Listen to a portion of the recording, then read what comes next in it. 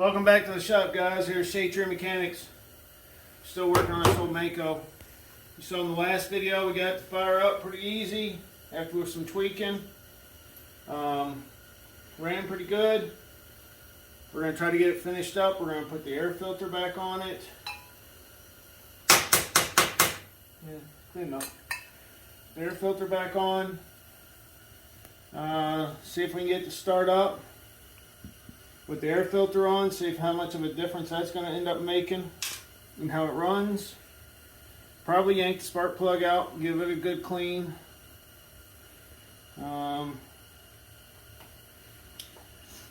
to probably adjust the chain. It's got a lot of slop in it, and the way you do that on these is moving the motor forward. We got to fix the kill switch that's backwards. We're going to take the seat mount. It was on a 1/4 bolt. That is shot. It is so worn out. I don't know how it hadn't broke off. That's where a lot of the slop came from. We're going to open it up to a 9/32. So new bolt, bigger bolt. That should get rid of the wiggling the seat. Still got a fuel leak here. We got to address. You can see where it's wet. Probably the hose or the filter itself. I still never replaced the filter. That may be part of the problem. We should probably look into changing that.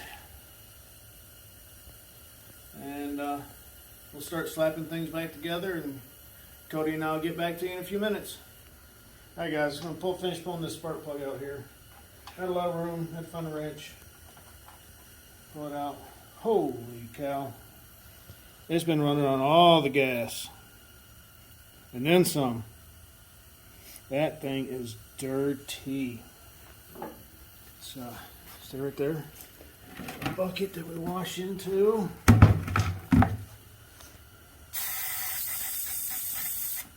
Oh yeah, that sucker is foul, guys. Spray a little brake clean on it. I don't think I have another one. That one might work. One out of our project engine. Let me grab a wrench here.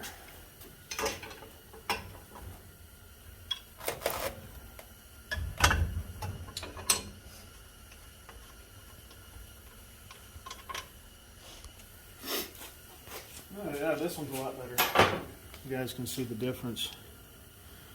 One blacker than asphalt, and the other one's just sooty brown.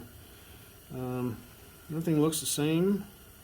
This one is a Savior. Never heard of them. If any of you guys have ever heard of a Savior spark plug, tell me in the comments, because I have no idea how old that thing is.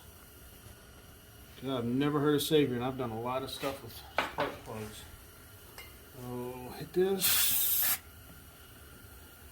Get a Scotch Brite pad out of the toolbox.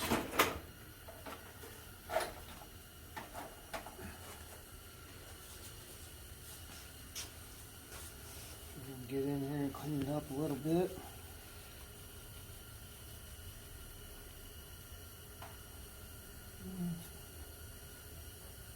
Really, a piece of sandpaper would work better. Let me see if I can find some sandpaper. I'll be right back with you. Alright guys, found some sandpaper. I'm going to slide it in here. Sort of roll it back and forth. Slide it a little bit. Trying to clean up the electrode and the strap. The piece across the top is called a strap. That's where the spark jumps to, so you can ignite them. We'll end up putting a new plug in it, but just for now, we got an ice storm in yesterday, this morning, late last night, early this morning, so don't want to go out on the roads if we don't have to.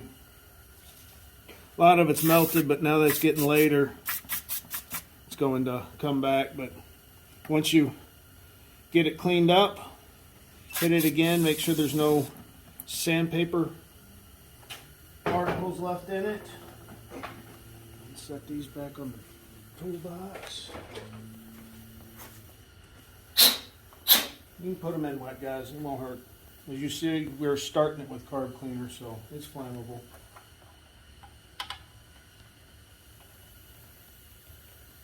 Screw that in.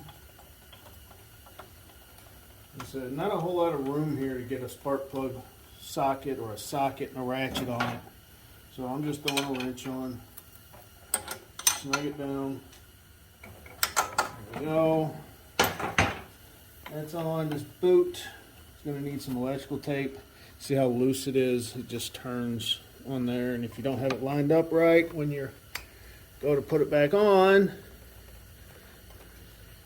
it won't go on. All right, we're on there. What the heck, Cody? Let's give it a pull and see if it'll start.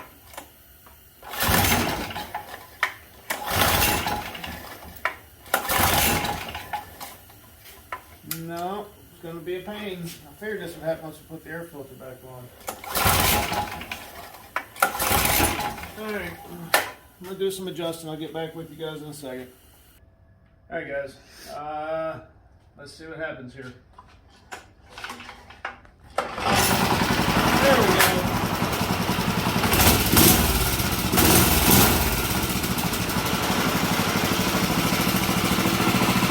Idling smooth.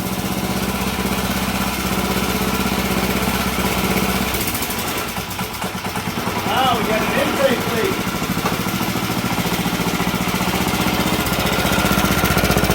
Sprayed carburetor cleaner. Around the gasket up here. And it started leaking. You hear how it almost died?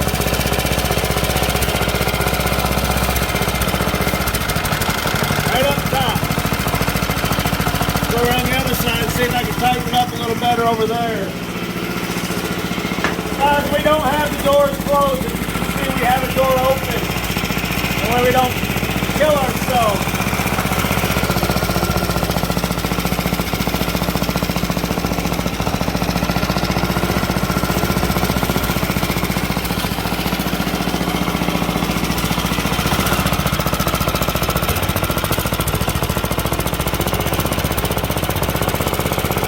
You get the RPM change. Us to seal. We're sealing better.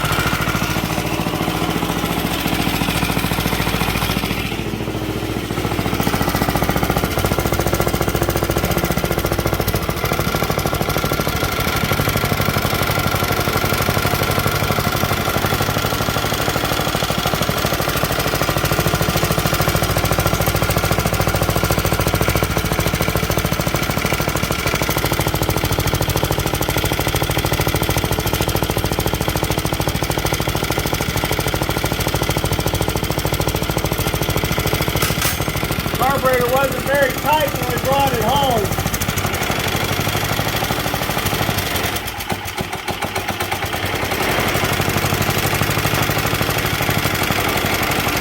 Alright, there's part of our problem. Looks like carb's got to come back off.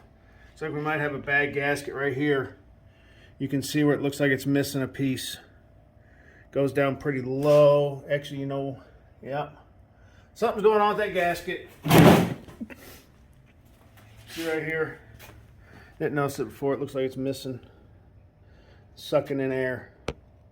So, and while we were off camera, this kill switch actually fell out. It wasn't tight.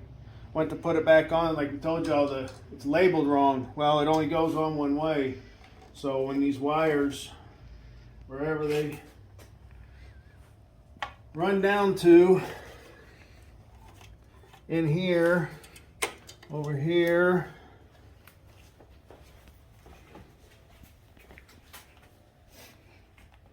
it looks like you got two of them, one here, one here. They're backwards. So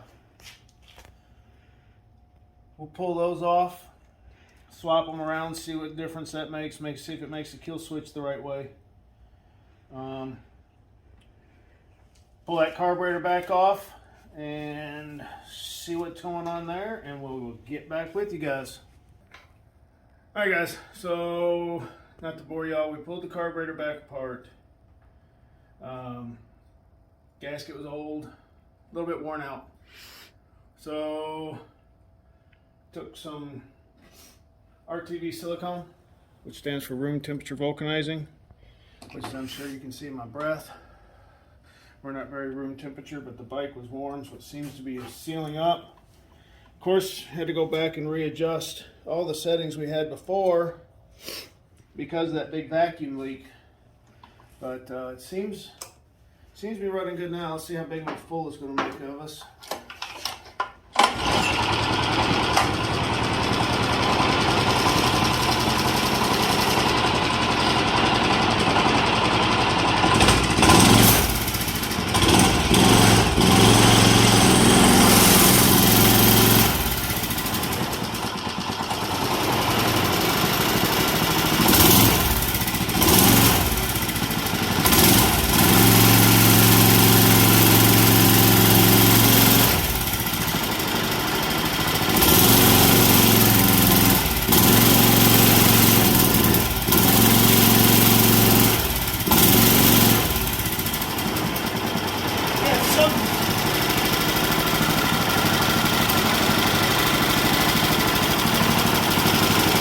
What's going on with the main jet? You hear it. Now we're taking in air somewhere else. It started dumping fuel. I don't know. I may have to come back apart. Maybe a passage is dirty in it. I don't know. Let's see. Yep.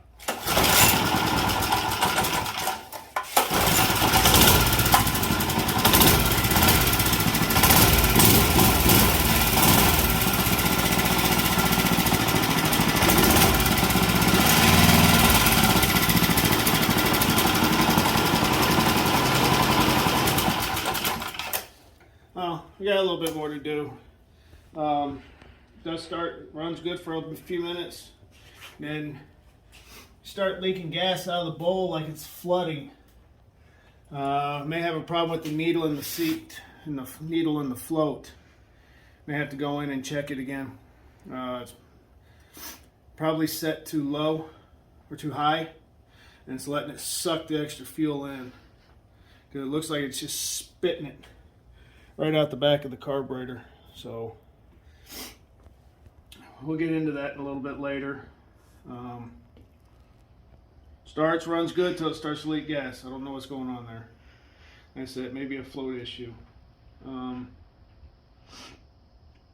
So we'll run over here to the kill switches we were talking about. The kill switch.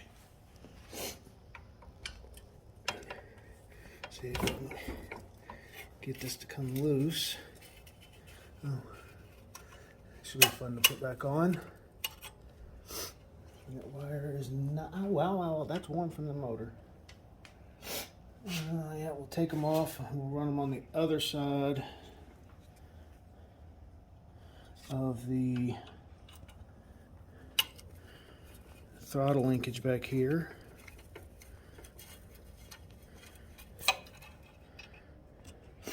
Actually, these have special ends to go special places. So I think I'm going to find where they put the kill switch on, cut that open in the wiring harness and switch it back to like it's supposed to be. Because these wires, you know, they're the original wires. they shouldn't be having to be moved around and taken from the spots that they're designed to go in. You can see this one's a spade and this one's a ring back here, which, you know, that's how it was built, so that's how it's supposed to stay. So I don't know where, maybe up here. Yeah, I'm gonna say right here where all this electrical tape is. As you can see that it's covered in electrical tape. That's probably where they spliced. Yeah, you can feel them right there. It's where they spliced the wires. So we'll cut that open and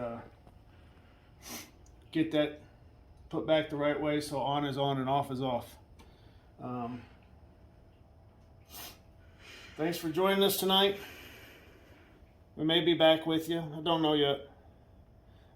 Thanks again for watching Shade Tree Mechanics. Like and subscribe.